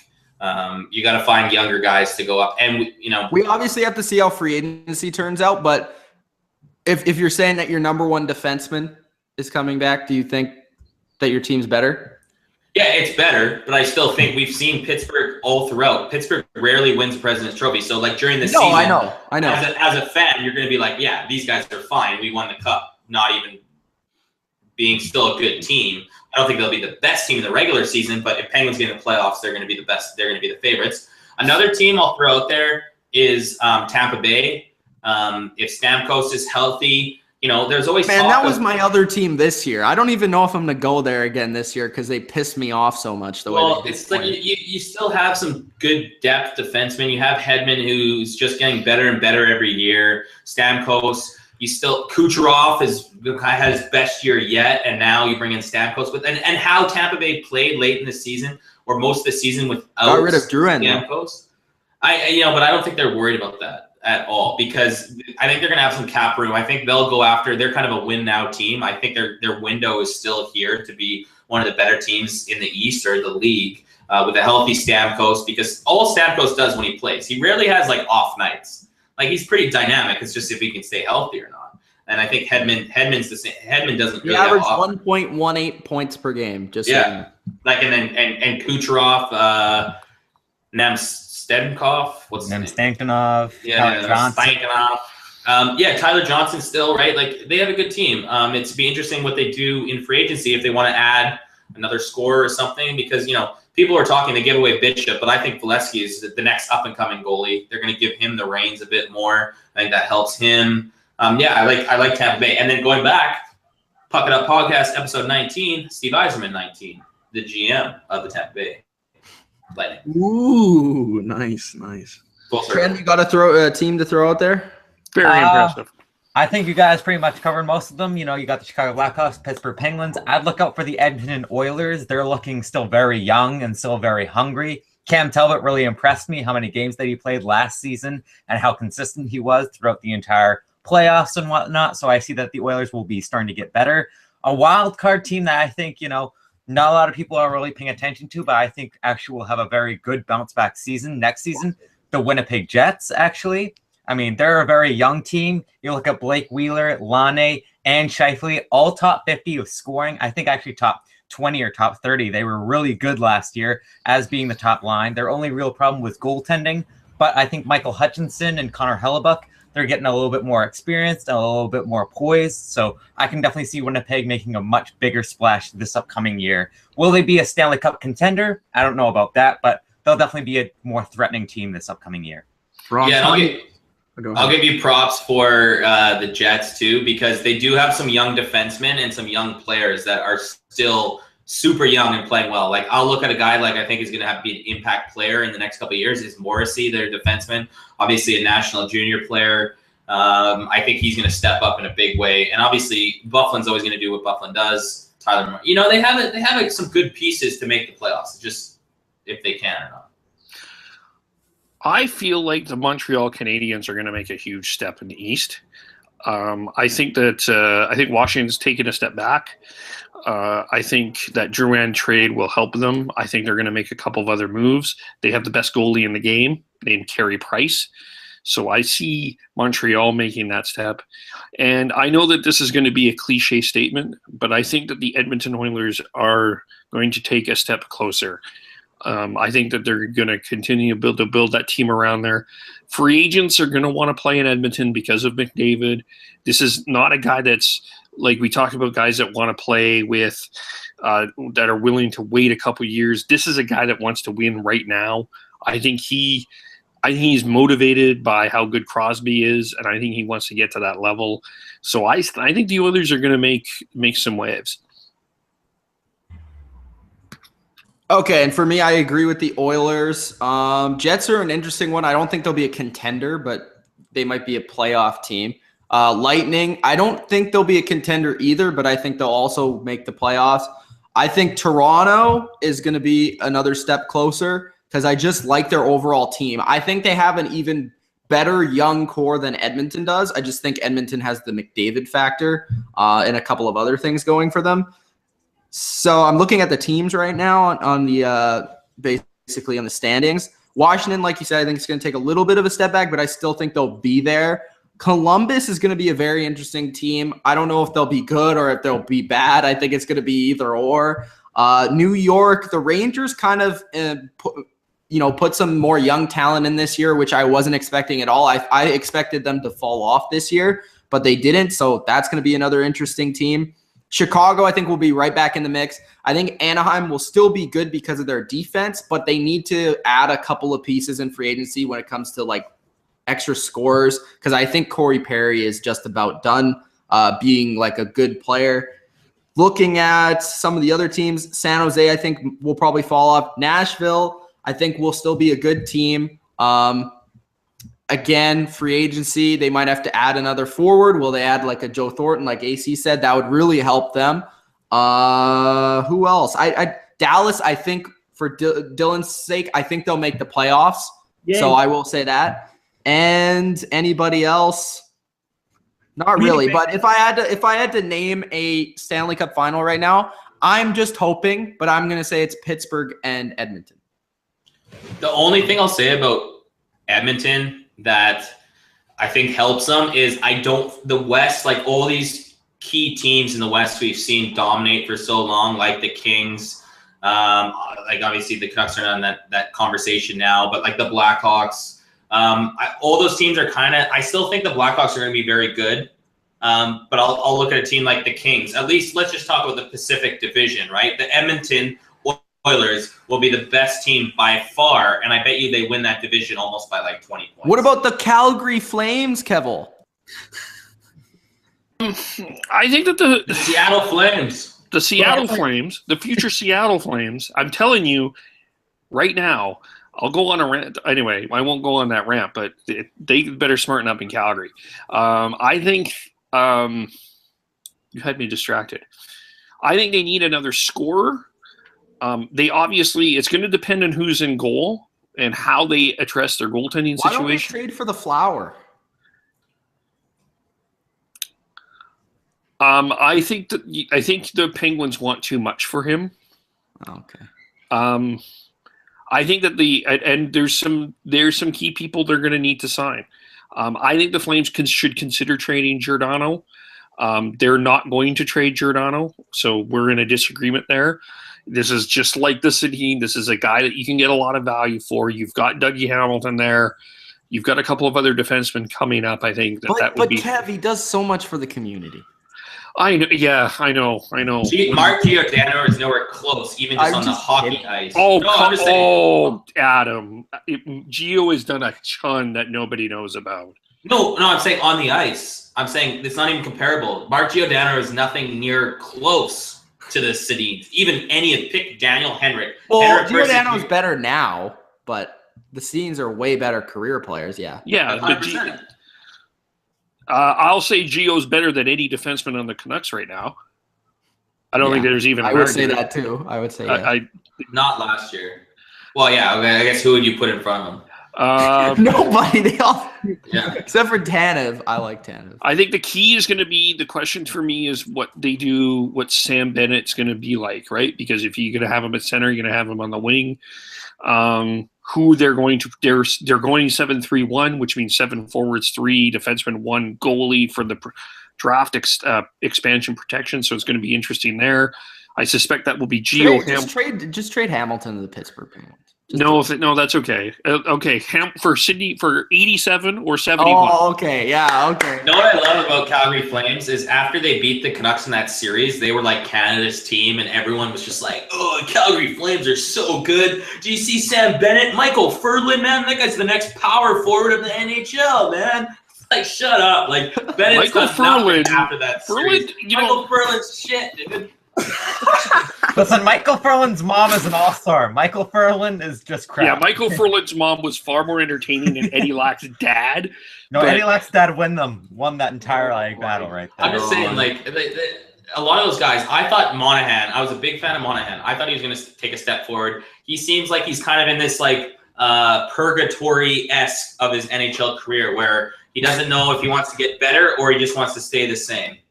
I think he will get better. I think it's just part of the problem was finding another line mate other than Gaudreau with him, and I think Furlan fit, but I don't think Furlan is the long. Just trade Gaudreau to the Penguins. How about that? No, stop it. Okay, trade Crosby to the Flames. Okay, why don't you trade Crosby, Malkin, Murray, and Norris to the Flames? Do you want the tank for Brian Burke's tie? That might be a good deal. I'll consider that. Can I say my hot take is if Schultz goes anywhere other than Pittsburgh, he's just going to be an ordinary player. That's my hot take. That's why I think he's not going to sign anywhere but Pittsburgh. No, I know, but I'm saying if he does and wants to chase some dollar signs, which there's going to be teams that are willing to pay more. And I think it could maybe be Calgary, but I don't know. Justin Schultz in Calgary? I don't think they need a defenseman, but like it makes sense in terms of like they'll need some depth D for sure. And then if the Canucks sign him, I'll be like, Norris, dude, that guy's sick. I would love the Canucks to sign him. Yeah. Have you seen the pictures with him in it? Just side note. There's some pretty hilarious pictures from him drinking like beer at the parade that like fans have put him in pictures of him like drinking in different. It's pretty funny. I'll try and find it. Did you see Oli Mata? Oli Mata's a goon. No, but he has an apartment that's like outside, and they have a picture after the parade. His jersey, he's just on his balcony, passed out on his outdoor couch, and like someone on a higher up thing took a picture, and he's just passed out. And it's like 2:00 after the parade. It's epic. Good job, Oli Mata. Maybe that's why it was so slow during the postseason. He had the hangover from last parade. Right? Yeah, he couldn't He's just pulling the Gronk. All right. He's in game 23 of the regular season at this point. All right, so do we want to do winners and losers? Nah. No. Okay, let's finish with a couple things. And the first one is going to be one player for the Golden Knights, and then the last thing is going to be NHL awards, and we'll quickly give you who we think is going to win the awards. One player that you would like to see on the Golden Knights be in Vegas. And this is free agents and or how like the lottery works or their expansion draft And works. whoever they draft, yeah. Yeah. I don't even know who's open. Like that's the hard part. The one thing when we were talking the expansion draft, and I saw Fiddy's mock draft, which was very well done. Check it out on the Bottom Line View. It was very good. The only thing I wonder is how close they want to get to the cap, because the cap is 75. I know Fiddy had them like 73. It's like, how do they build this team if you're taking one player from each team? You know, do you just take all the big name guys to kind of create a team that can compete this year, but maybe down the road can't? Or do you start kind of plucking away pieces and doing it that way? That's a tough question. It depends. And then the big name that I really liked that Fiddy put out there was Boone Jenner, because he's a young guy. I think he's a good player, and I think he's a guy that you could kind of start your team as a first-line winger. Can play two-way hockey, all that stuff, because a lot of it, all the other guys are aging that you think they would go after because of their numbers or because of their career. But do you really want to do that? I want to throw at a guy that is aging, but I think he would just be perfect. Camilleri. I think he would be perfect for the Vegas team. Yeah. Or Vander Kane. Or even Joe Thornton would be hilarious with the London Knights. Kevin Bieksa would be pretty good. He does have a no trade clause, though. Boo. Is that why they're getting pissed? Because that's why Anaheim can't protect some of their defensemen because he has a no-trade clause? That's why they can't protect Sammy Vatanen, which is, if Sammy Vatanen's open, I mean, I think you got to go with Sammy Vatanen. Oh, my God, yeah. He's 24 years old. I mean, he's that perfect puck-moving defenseman. Plus, even if you don't even, like, let's say Vegas could do a lot with him, too, because they could even trade him if they wanted to. Yeah, exactly. Okay. Oh, yeah. You can do that a lot, right? I'll throw one out. Alex Radulov. The Russian god. Has a cool name, so why not? He could be that player too. He could be like the face of the franchise sort of player. They should bring the Kostitsin brothers back. Yeah, exactly. Let's bring the Kostitsin brothers and let's take Garbajowski just so exactly. Players. Yeah. All right. NHL awards. The shell. So you, Trent, you got the awards? I do indeed. Okay. So the first award we have is the Hart Memorial Trophy. Who will win it? Bobrovsky, Crosby, or McDavid? McDavid will win the award, although Crosby should. I completely agree. McDavid's going to win it. If you look at just MVP on your team, and if this was all voted before, it's tough because obviously we saw Crosby was the MVP of his team during the playoffs. And McDavid tried to do his best, but even McDavid wasn't great in the playoffs. But during the season, scoring as many points as he did, he's going to get it. Okay, considering I know this award, I'm just going to put in this for probably only this award. McDavid. Hey, Dylan, did you know that the award was named after Bret Hart? You mean this goof? Hey! I'm just kidding. It wasn't, but it's spelled. I know. It's spelled the same way, though. That's why it's funny. Okay, continue. McDavid, just because I've seen how much of an impact he's made to his team, the contribution, and it's also a political thing because, you know, you always want to give it to the younger guy because you're into all the new generation and stuff. So it is going to be McDavid. McDavid. All right, so we're all in agreement that McDavid is going to probably win the Hart. Now we have the Ted Lindsay Award, you know, best sportsmanship. This is going to go to Crosby. Yeah. You got Crosby, McDavid, and you got Brett Burns. Those are your three options. It's voted by the players, right? But I feel like the players do. I guess you get more credit. I think Crosby gets more credit than Burns, even though I think a lot of players like Burns. I think it was a fan vote Burns would win. No, but even in the NHL, I think guys like a guy like Burns because I don't think Burns is a dickhead to anyone. I think he's just an easygoing guy. So if you meet him at an all-star game or something, he seems like he'd be, you know what I mean? If it's that I understand what you're saying, but I think they actually look at it objectively, though. True. Well, yeah, maybe. But I don't know if they just go with their favorite guy or if they go with the guy that they think's actually the best. Because I don't think they think Burns is the best player. No, but they might as a player in the NHL, you might, you know, look at San Jose and be like, "Whoa, what Burns is doing as a defenseman is pretty good." You know, what I mean? I don't outside shot there, but I'm gonna go with Crosby. I would certainly go with Crosby if it counted the playoffs, but I'm gonna go with Crosby. But I think McDavid might. It's gonna be very close. I think it's gonna be like 52-48. Well, Burns doesn't get a single vote. Come on, man. Burns is going to get like 3 votes from Thornton, Marlowe, and Vlasic. Yeah, I'll go Crosby. I'd also agree Crosby, but I think it will also be close between McDavid and I think Burns deserves to be on the list. I mean, I'm not canceling him out completely because I think he works hard and he's a solid player in the NHL. Which brings us to the Norris Trophy candidates where you got Brett Burns, Victor Hedman, and Erik Karlsson. I think Brent Burns wins this award, and it's not that close. I think it's unanimous, actually. I'd agree. It's a done deal. I mean, Brett Burns, 27 goals during the regular season. When was the last time that you almost saw a defenseman get 30 goals in, like, a regular season? It's pretty incredible. So I think Brett Burns... Let me look that up. Go ahead there, Mitch. You look that up. AC, I don't know if AC's around, but if he is, I'm sure he would also agree that Brett Burns probably deserves to win it. Vezina Trophy, we got Sergei Bobrovsky, Braden Holtby, and Carey Price. Who are you guys going with? Not everybody at once, guys.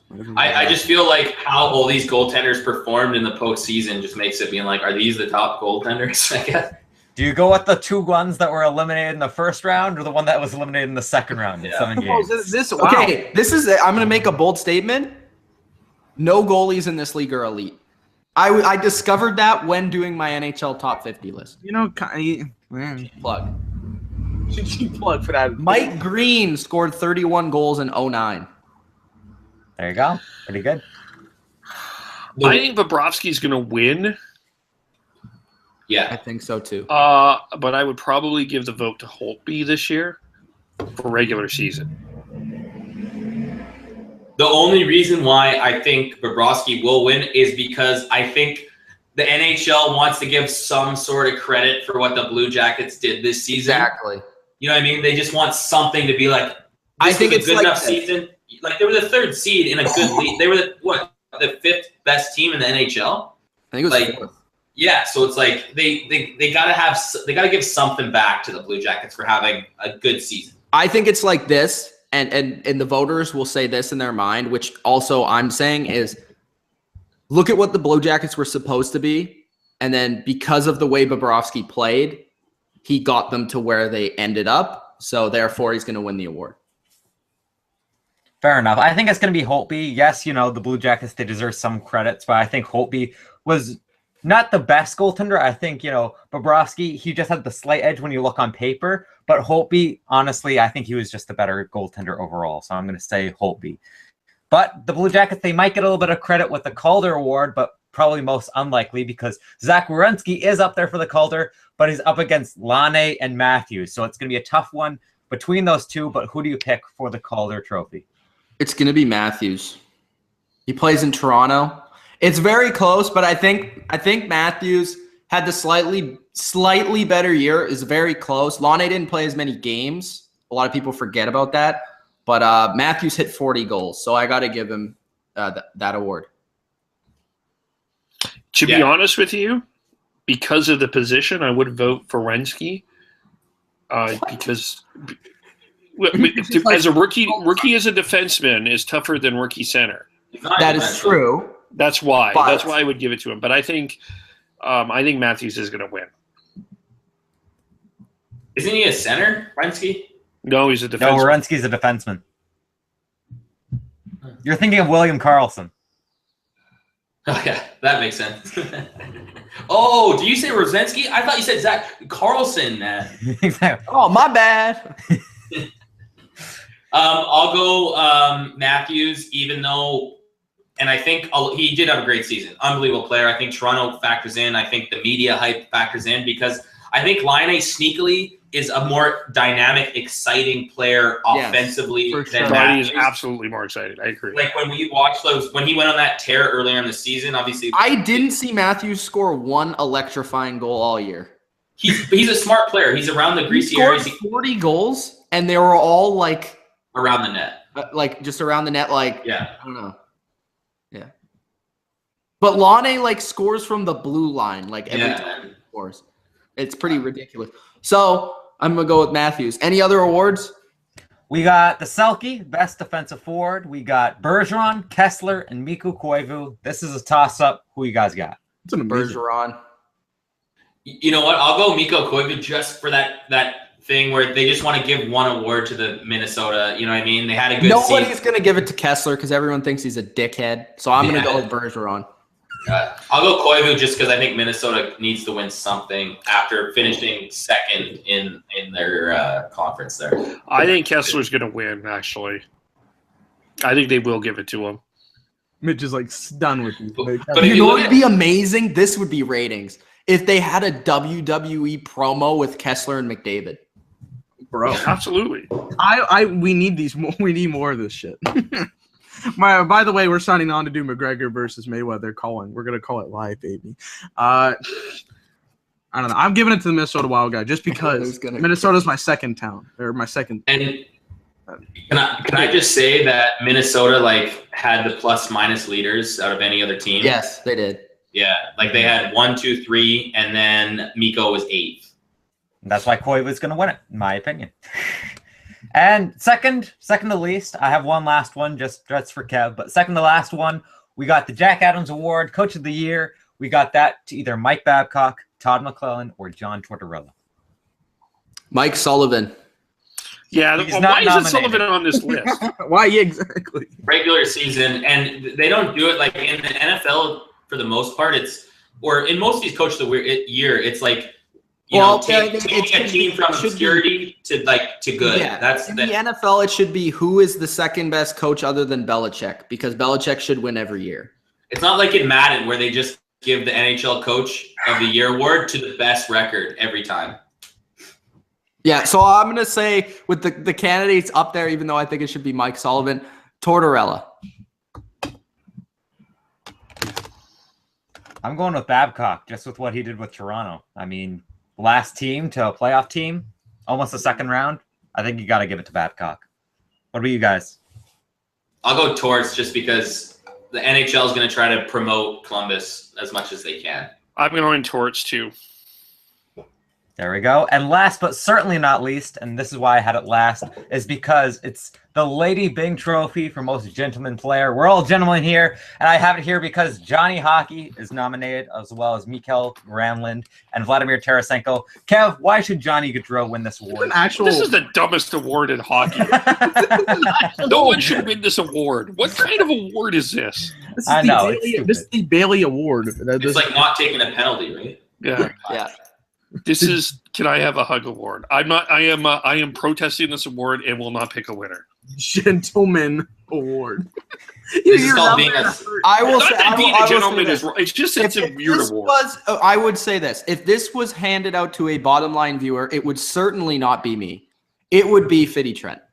Yeah, it has to be. It has to be. I highly doubt that. I highly doubt that, but thank you, guys. Oh, no, okay, let's look at the panel, all right? We're all kind of... I would be fifth place. Adam wanted to be a solid fourth. Adam would be close to Kev, but I think Adam would be fourth. Yeah, I'm good with that. What's the ratings here? Dylan and Kev are close too. I don't know. Yeah, Fitty's it's like Fitty. Trent is like up here though. Yeah, you can't even see him on the screen. No question, number one, and then we're all just like, Mitch is probably fifth, and then you can just shuffle the rest of the three around for second, third, and fourth. Hey, that's why we have the best writers in sports, right? Because maybe I'll be a face instead of a heel next year. You know, who knows, man? Maybe we'll switch. Swerve. Right? Bro, we all got right, guys. September. I'm just saying This has been the Puck It Up podcast. It has returned. It was a long one, but thank you guys for joining us for episode number 19, the Joe Sakic, Steve Yzerman episode of the Puck It Up podcast. Hope you enjoyed. If you did, hit that like button, subscribe to the channel, and peace out. Peace.